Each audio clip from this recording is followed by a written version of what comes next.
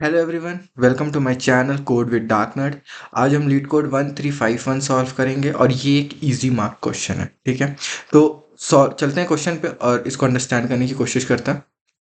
Count negative number in a sorted matrix given an m cross n matrix grid which is sorted in non-increasing order both row wise and column wise. Return the number of negative numbers in the grid.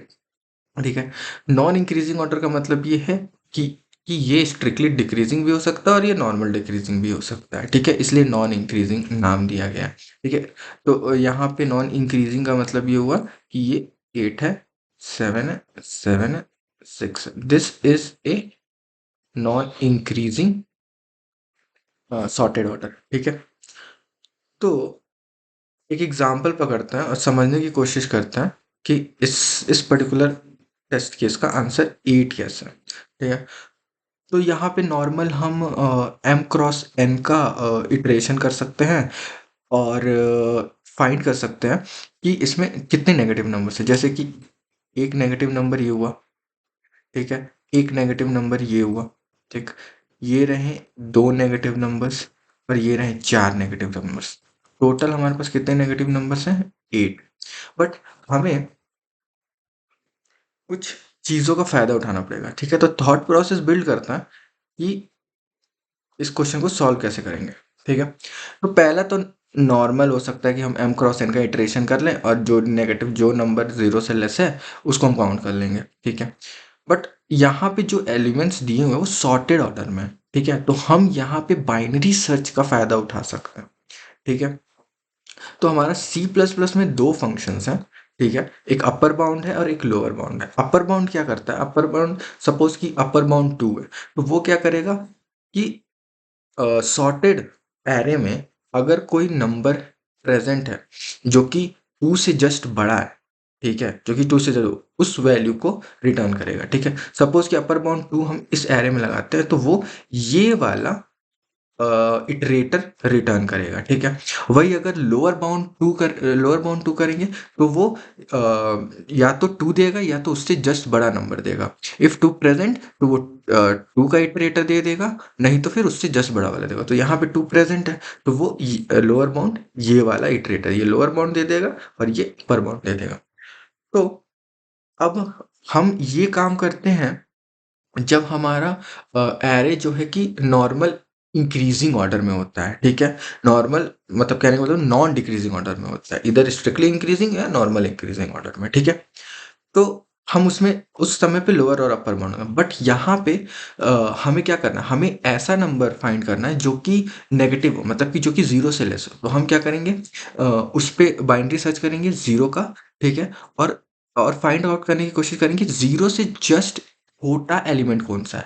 ठीक है, हम पहले क्या कर रहे थे? हम पहले ये कर रहे थे कि कोई एलिमेंट है जैसे कि टू से बड़ा या उसके बराबर वाला एलिमेंट कौन सा है उसका इटरेटर तुम रिटर्न करो। तो ये लोअर बाउंड और upper bound in normal cases में करते हैं।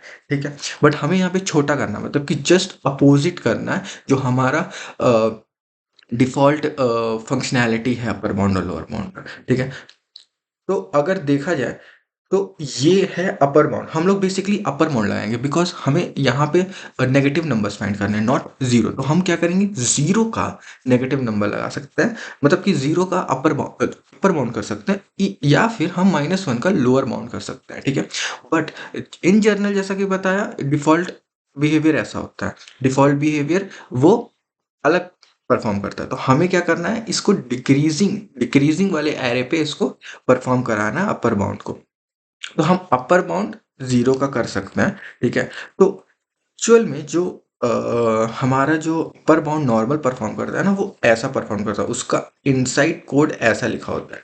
ठीक है, दिस इज दी की जो कि हमें देना होता है जिसपे किस पर्टिकुलर वैल्यू पे हमें अपर बाउंड परफॉर्म करना है। और ये क्या करता है? इस पर्टिकुलर एलिमेंट को एज अ की लेता है और इन सारे एलिमेंट्स को, इसमें जो एलिमेंट्स है एज अ ए लेता है। ठीक है, और इसमें कंपेयर करता है। ठीक है, जब जब की जब तक छोटा है उसके हिसाब से, मतलब इस पर्टिकुलर बूलियन वैल्यू के हिसाब से वो अपर बाउंड परफॉर्म करता है on the increasing order of sorted array. ठीक है। बट इसी को जस्ट अब उल्टा कर देंगे हम। इसको जब जस्ट उल्टा करेंगे, जो कि इसका बूलियन वैल्यू हम अपोजिट कर देंगे, ठीक है, तो अब ये परफॉर्म करने लगेगा डिक्रीजिंग ऑर्डर पे।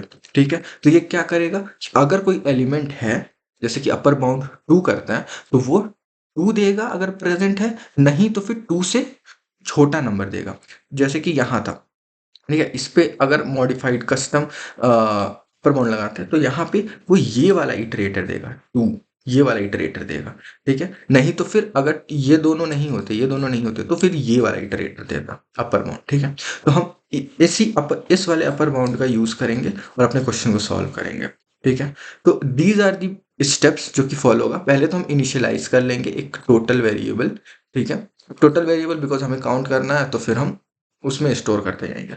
फिर कस्टम अपर बाउंड लगा लेंगे एवरी रो में। ठीक है, हर रो में कस्टम अपर बाउंड लगा लेंगे। ठीक है, और फिर उस काउंट को, जैसे कि जो पर्टिकुलर एलिमेंट आ गया, तो एक पर्टिकुलर इटरेटर आ गया, तो वहां से एंड तक का, उस रो में वहां से एंड तक का हमारा सारा नेगेटिव होगा, बिकॉज -1 है, तो उसके बाद उस -1 से भी छोटे एलिमेंट्स होंगे, -1 -2 -3 छोटे एलिमेंट्स होंगे, तो वहां से एंड तक का हम काउंट निकाल लेंगे और फिर हम अपने टोटल में ऐड कर देंगे। ठीक है, तो चलते हैं अब एडिटर पे और इसको सॉल्व करने की कोशिश करते हैं, कोड करने की कोशिश करते हैं इसको। ठीक है, तो हम अब एडिटर पे आ गए हैं और इसको सॉल्व करने की कोशिश करते हैं।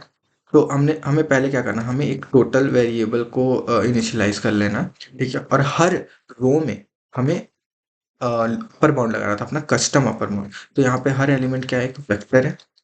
ठीक है, इसको वेक्ट नाम दे देते हैं ग्रिड में। ठीक है, और इस पे हम वो वाला क्या कहते हैं, जो कस्टम अपर बाउंड था वो हम लगाएंगे। तो जो कस्टम अपर बाउंड था उसका कोड ये था जो कि हम देखे थे, बस यहाँ पे हमने उल्टा कर दिया था। Normal upper bound is like this, but अब हमने उल्टा कर दिया for decreasing decreasing sorted array के लिए। ठीक है, और हम टोटल में क्या करेंगे, प्लस कर देंगे end of wake minus IT। ठीक है, एंड से लगाए इस पर्टिकुलर इटरेटर तक कितना नंबर है, सपोज कि ये है। ठीक है, तो एंड एंड इज बेसिकली इधर, एंड इधर होगा और हमारा इटरेटर इधर होगा, तो एंड में से हम इटरेटर को माइनस कर देंगे, तो हमें पता चल जाएगा कितने नंबर ऑफ एलिमेंट्स है, उन सबका काउंट निकालना और फाइनली इसको रिटर्न कर देंगे। ठीक है, टोटल को। तो इसको हम रन करके देखते हैं कि गिवन टेस्ट केसेस पास हो रहे हैं या नहीं। तो yes, given test cases pass हो रहे हैं। अब इसको सबमिट करते हैं।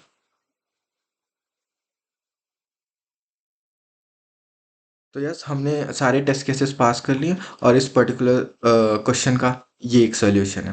Thank you so much to watch this video.